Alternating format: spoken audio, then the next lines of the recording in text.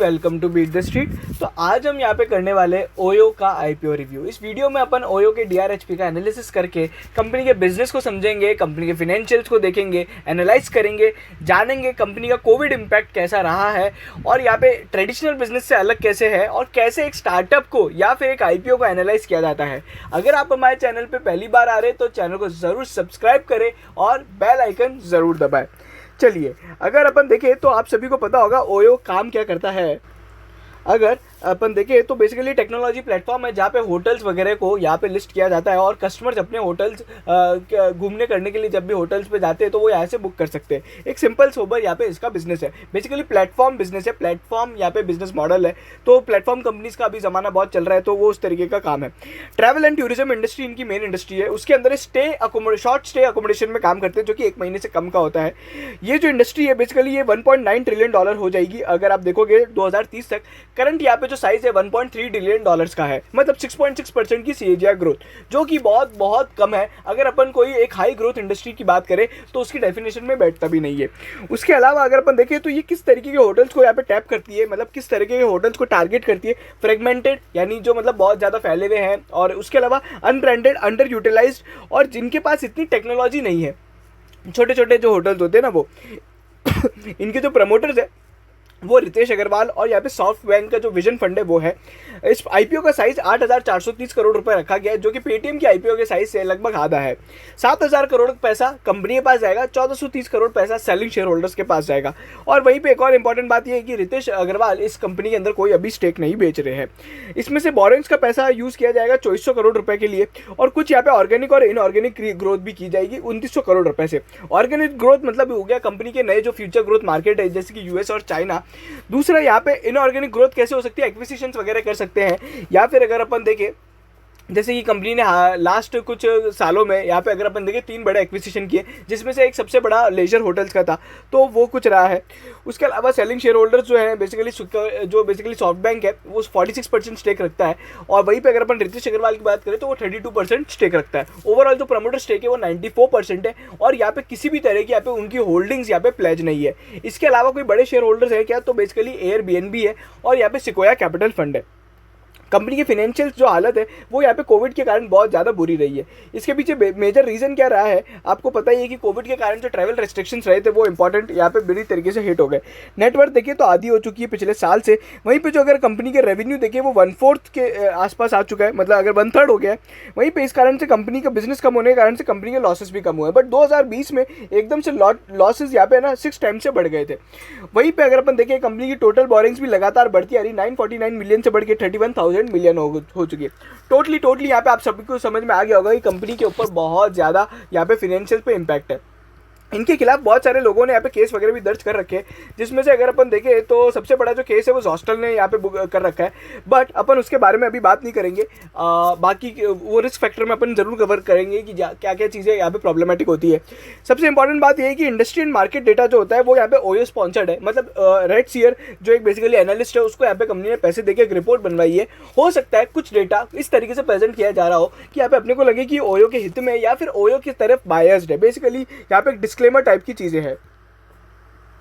Company की financials देखोगे तो आपको समझ में आ जाएगा कि बुरी हालत कैसे है। अगर आप देखोगे तो सबसे पहले यहाँ पे जो बैलेंस शीट साइज ही है वो अगर अपन देखें 1,41,000 मिलियन से यहाँ पे सीधा 87,000 मिलियन रुपीज़ रह गया है। 87,000 मिलियन में से भी कौन सा सबसे ज़्यादा पैसा यहाँ पे किस एसेट के पास है, तो बेसिकली गुडविल और यहाँ पे other intangible assets. These are assets जो कि यहाँ पे 40,000 मिलियन रुपीज़ की होती है। इसमें खराब बात क्या है कि एक तो बेसिकली ईजी टू मैनिपुलेट होते हैं और इनका सही वैल्यूएशन निकालना थोड़ा मुश्किल होता है। Property and plant equipment basically जो इनकी होती है वो यहाँ पे लगातार कम होती गई है। कैश बैलेंस यहाँ पे 27,000 मिलियन है। बोरिंग्स मैंने आपको बताया था बुरी तरीके से बढ़ गई है। और जो पीएनएल की जो चीज़ें हैं वो तो मैंने ऑलरेडी आपको बताया था कि कैसे इंपैक्ट आ रहा है। यहाँ पे एक और जो इंपॉर्टेंट बात है वो कैश फ्लो है। Cash flow from operating activities negative रहा है, और इसका मतलब ये हुआ कि कंपनी अपने एक्सपेंसेस एक कैपिटल फंड रेज के थ्रू यहाँ पे कर रही है। वहीं पे कंपनी जो हाई ग्रोथ कंपनीज होती है उनके अंदर यहाँ पे जो इन्वेस्टिंग कैश फ्लो होता है वो हमेशा नेगेटिव होता है, मतलब कंपनी अपने बिजनेस में इन्वेस्ट कर रही होती है तो वो नेगेटिव आता है। 17,000 मिलियन का यहाँ पे इन्हें पॉजिटिव कैश फ्लो पोस्ट किया, मतलब कंपनी ने अपनी कुछ एसेट्स भी बेची है। Basically they are selling their assets और basically they are raising capital money so that they can fund their operations. ठीक है, कंपनी के पास इतने रेवेन्यू जनरेट नहीं हो पा रहे जितने यहाँ पे बेसिकली एक्सपेंस या फिर उस बिजनेस को चलाने के लिए चाहिए।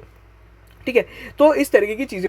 वहीं पे इंटरेस्टिंग बात अगर अपन देखें कंपनी के शेयर प्राइस की हिस्ट्री, तो यहाँ पे अभी अगर रिसेंट में देखें तो 42,97,000 रुपीज़ में 8 सितंबर को माइक्रोसॉफ्ट को स्टेक बेचा गया था। इतने रुपए इसके शेयर प्राइस रही है। इससे पहले जो एक बड़ा ट्रांजैक्शन हुआ था वो दिसंबर 19 में हुआ था, जब 37,53,000 रुपीज़ पर शेयर के हिसाब से यहाँ पे शेयर अलॉट किए गए थे। अब इतने महंगे शेयर नहीं आएंगे। आईपीओ के समय हमेशा हर शेयर छोटा हो जाता है, जैसे जोमेटो का हो गया था।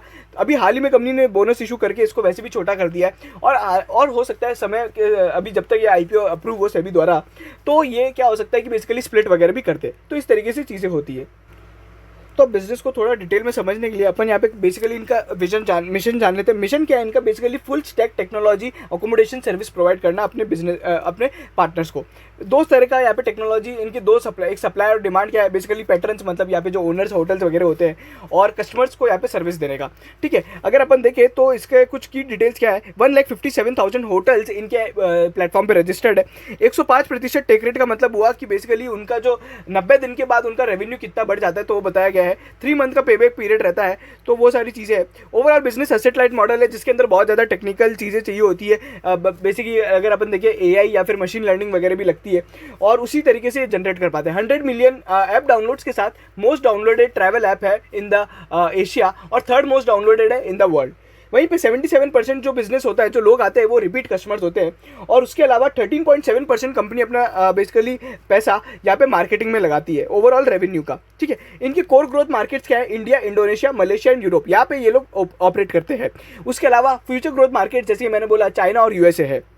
बिजनेस मॉडल मैंने आपको बता दिया है। बेसिकली ये लोग अपने होटल्स लिस्ट करते हैं, होटल्स वाले जोमेटो इस पे यहाँ पे होटल्स लिस्ट करते हैं और लिस्टिंग फीस वगैरह, एडवर्टाइजमेंट फीस वगैरह चार्ज होती है। एडवर्टाइजमेंट क्यों यहाँ पे चार्ज किया जाता है? बेसिकली अगर आपको ये दिखाना है इंडियन होटल्स का कोई पर्टिकुलर होटल है सबसे ज़्यादा सबसे ऊपर दिखना चाहिए, तो बेसिकली वो एडवर्टाइजमेंट फीस का मामला होता है।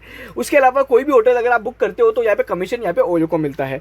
उसके अलावा अदर चीज़ें भी होती है, जैसे कि अगर अपन देखें तो सबसे पहले D2C की बात करें तो डायरेक्ट टू चैनल जो है 94%, यानी डायरेक्ट कस्टमर आके सीधा यहाँ पे कस्टमर जो रुकने वाला है वो आदमी आके इनके यहाँ पे बुक करता है। इससे कंट्रीब्यूशन ज़्यादा कमाया जा सकता है। अदर देन अपन ट्रैवल एजेंट के थ्रू अगर कोई यहाँ पे बुकिंग हो रही हो कि उस पर तो इतना पैसा नहीं कमाया जाता। इनके पास OTA भी है जो कि अदर जो ट्रैवल एजेंट्स वगैरह होते हैं, अदर ट्रैवल एजेंट जिन्हें बोला जाता है, तो इस तरीके से होता है।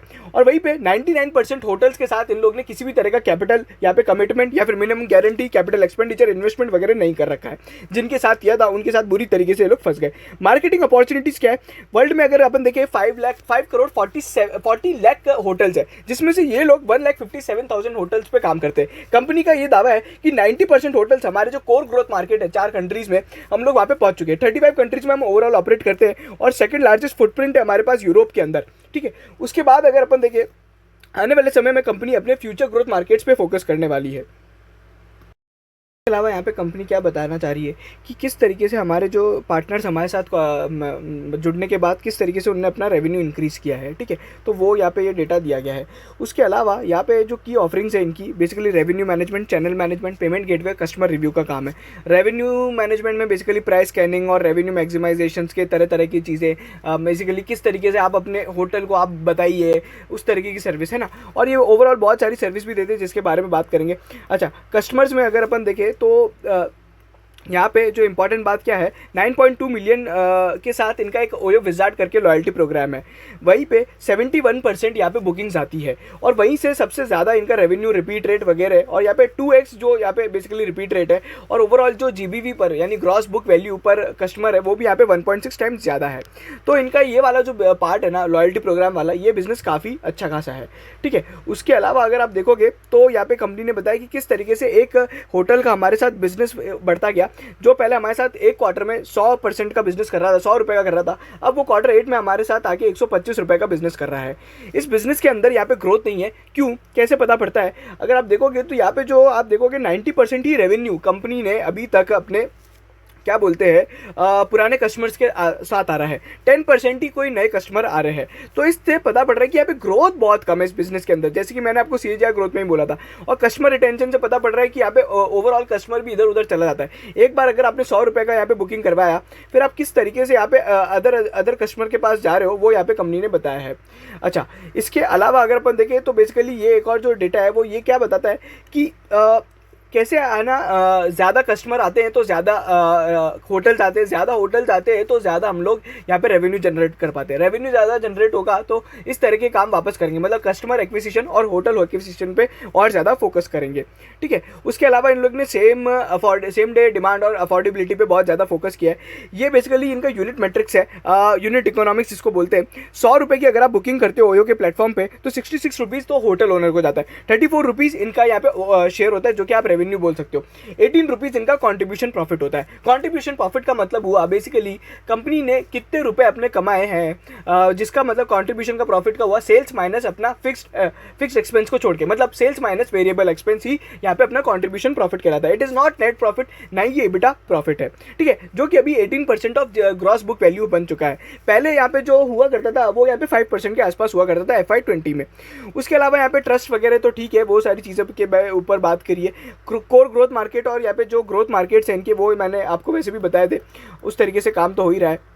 उसके अलावा यहाँ पे अपनी ऐप के अंदर इन लोग ने बहुत ज़्यादा चेंजेस किए थे, कहाँ से लेके कहाँ तक आए। इवन अभी यहाँ पे आप ओयो की ऐप पे गेम्स वगैरह भी खेल सकते हो, तो तरह तरह की ऑफरिंग्स इन लोग ने अपने ना ओवरऑल यहाँ पे दी है। उसके अलावा यहाँ पे में क्या बताया गया, जिस तरीके की सर्विस ये लोग दे रहे हैं ना, उसमें कौन कौन लोग हैं, मतलब ये online travel aggregators, revenue management, channel managers, payment gateways, reputation management और होटल मैनेजमेंट सिस्टम का काम देते हैं। तो उसमें कौन कौन से यहाँ पे इनके पीयर्स है उनकी यहाँ पे लिस्ट बनाई गई है, ठीक है। तो बेसिकली ये लोग क्या बोलना चाह रहे हैं कि इस तरह के सारे काम तो ये कोई भी नहीं करता है, ये end to end merchant solution provider का काम करते हैं, ऑनबोर्डिंग से लेके यहाँ पे गेस्ट सर्विस तक। इवन यहाँ पे जो यहाँ पे इनके होटल्स में भी यहाँ पे बहुत ज़्यादा रेनोवेशन वगैरह का काम होता है, वो भी यहाँ पे ये लोग करते हैं। तो इस तरीके से बता रहे कि हम लोग सारे सर्विसेज ऑफर करते हैं, इवन कस्टमर को भी ये लोग सारी तरीके की सर्विस ऑफर करते हैं अकोमोडेशन से रिलेटेड, ठीक है। तो ये चीज़ें बताई गई है। और उसके अलावा यहाँ पे जो इंडियन होटल्स में अगर अपन देखें तो कंपैरेटिवली इंडियन होटल्स मार्केट के अंदर ये लोग अपने जो सेकंड पीयर है उससे 5 टाइम्स ज़्यादा बड़े हैं, ठीक है, और अदर ओवरऑल प्लेयर से यहाँ पे 13 टाइम्स ज़्यादा बड़े हैं। तो इस तरीके से यहाँ पे बताया कि हम लोग हमारे पीयर से कितने ज़्यादा बड़े हैं। देखिए इंडिया में तो इसका कोई कंपैरिजन है ही नहीं, इतना बड़ा है ये ग्रुप, तो उस तरीके की यहाँ पे कंपैरिजन दिया है। इंडस्ट्री मार्केट डेटा में अभी अपन देख रहे हैं। और वहीं पे अगर अपन देखें ऐप डाउनलोड्स के मामले में ये लोग कहाँ पे 2.1 बेसिकली है। उसके अलावा एशिया के अंदर भी ये बहुत बड़े हैं और इस तरीके के ये इंडस्ट्री डेटा है। अच्छा, लॉयल्टी प्रोग्राम भी जो है इनका यहाँ पे बेसिकली यहाँ पे बहुत बड़ा है, ठीक है। इससे बड़ा जो लॉयल्टी प्रोग्राम है वो बेसिकली अगर अपन देखें तो एक एयरलाइन कंपनी का है, तो उसकी तरीके की चीज़ें बताइए। और इनका जो रिपीट कस्टमर है लॉयल्टी प्रोग्राम से वो तो काफ़ी ज़्यादा है। अब ये सारा का सारा जो डेटा है ये बेसिकली यहाँ पे शॉर्ट स्टे का एड्रेसेबल मार्केट है जो इनके लिए बनता है, जो यहाँ पे कंपनी बोल रही है कि अभी जो हमारे लिए है एग्जिस्टिंग वो यहाँ पे इंक्रीमेंटल जो है वो यहाँ पे कंपनी ने इस तरीके से बताया है यहाँ पे, ठीक है। तो एड्रेसेबल मार्केट इनके लिए काफ़ी ज़्यादा है, अपॉर्चुनिटीज़ वगैरह तो काफ़ी है अहेड। और बट यहाँ पे क्या है, कोविड-19 के कारण एक इम्पैक्ट आया इंडस्ट्री में, तो वो ही सारी डेटा में कभी कभी कंपनी ने अभी वो चीज़ें बताई है कि किस तरीके का हो रहा है। अच्छा, ओवरऑल एक और जो चीज़ है कि 92% इंडिया के अंदर होटल्स अनऑर्गेनाइज्ड है, जिसके कारण इनके पास जो है अपॉर्चुनिटी है टू टैप न्यू होटल्स ज़्यादा है। 54 मिलियन यहाँ पे ओवरऑल होटल्स है और इंडिया के अंदर जो ग्रोथ रेट है ना कंपैरेटिवली वो ज़्यादा है because of under penetration. India में आज भी इंटरनेट या फिर जो ऑनलाइन बुकिंग्स है उसका यहाँ पे अंडर पेनिट्रेशन बहुत यहाँ पे कम है। उसके अलावा इंडिया यहाँ पे आउटलुक बताने में इंडिया में क्या क्या बताया है, तो कुछ पैरामीटर्स पे इंडिया की बात हो रही है। पॉपुलेशन कितनी है और वो कितनी ग्रोथ होने वाली है, ट्रिप्स कितने हैं एज ऑफ नाउ हुए हैं और कितने ग्रोथ होने वाले, स्टेट नाइट्स और स्टेट नाइट्स पर कैपिटा कितनी है तो वो कैसे ग्रो आने वाली है। कुल मिला के क्या बताना चाह रही है कि यहाँ पे जो इंडिया के अंदर ग्रोथ रेट है कंपेरेटिवली किसी भी और मार्केट से 13% ज़्यादा है, जो यहाँ पे एक्सपेक्ट की जाएगी। और आने वाले समय में भी पिछले साल भी मतलब अगर अपन देखें पिछले जो कुछ सालों में भी यहाँ पे इंडिया में कंपेरेटिवली हायर ग्रोथ देखने को मिली है। तो ये कुछ यहाँ पे बेसिकली इंडस्ट्री का डेटा था जिस पे अपन ने बात करी है। और अगर अपन देखें तो यहाँ पे कुछ और जो चीज़ें हो रही है, पहले रिस्क फैक्टर्स की बात करते हैं। रिस्क फैक्टर अब यहाँ पे क्या है, कोविड-19 बहुत बड़ा रिस्क फैक्टर है। उसके अलावा रिडक्शन इन आवर एम्प्लॉय, इन लोग ने अपने एम्प्लॉयमेंट में भी यहाँ पे काफ़ी ज़्यादा रिड्यूस किया था। उसके अलावा नेट लॉसेज इंक्रीज हुए थे, आने वाले समय में भी यहाँ पे फर्दर लॉसेज यहाँ पे होंगे। कंपनी ने हर साल यहाँ पे नेट लॉस बुक किया है सिंस इंसेप्शन, ठीक है। उसके अलावा कंपनी यहाँ पे बोल रही है कि फर्दर यहाँ पे हम लोग की जो ग्रोथ रेट्स है वो भी थोड़ी बहुत इंपैक्ट हो जाएगी, बिकॉज यहाँ पे क्या है कि इंडस्ट्री बहुत अजीब है। और वहीं पे अगर अपने ये कस्टमर और यहाँ पे पैट्रन्स को ये लोग रिटेन नहीं कर पाए तो बहुत ज़्यादा इनका यहाँ पे चीज़ें बिगड़ जाएगी। कंपनी ने बोला हमारे बहुत सारे लोगों के साथ, मतलब कस्टमर्स इवन होटल पार्टनर्स के साथ हमारे यहाँ पे डिस्प्यूट्स चल रहे हैं कुछ लोगों के। इन लोग ने अगर अपन देखें तो यहाँ पे कंपनी क्या बोलती है कि अगर पेट्रॉन ने हमारे साथ ही टर्मिनेट यहाँ पे कर दिया एग्रीमेंट तो हमारा बिजनेस बहुत ज़्यादा इंपैक्ट हो जाएगा। फिर यहाँ पे अगर अपन देखें तो सोशल मीडिया पे जो इम्पैक्ट आ जाता है, सोशल मीडिया का इम्पैक्ट, कि सोशल मीडिया पे कुछ गलत पोस्ट वगैरह डल गए तो वो चीज़ें भी होती है। और यहाँ पे क्या होता है कि इस बिजनेस में ये भी हो सकता है कि होटल ने कोई क्राइम कर दिया तो उसका इम्पैक्ट यहाँ पे है ना ओयो के उस पर आ जाएगा। बिकॉज मैंने लोग बाग क्या कमेंट मारेंगे कि यार मैंने ओयो के थ्रू होटल बुक किया था, उसमें ये क्राइम हो गया।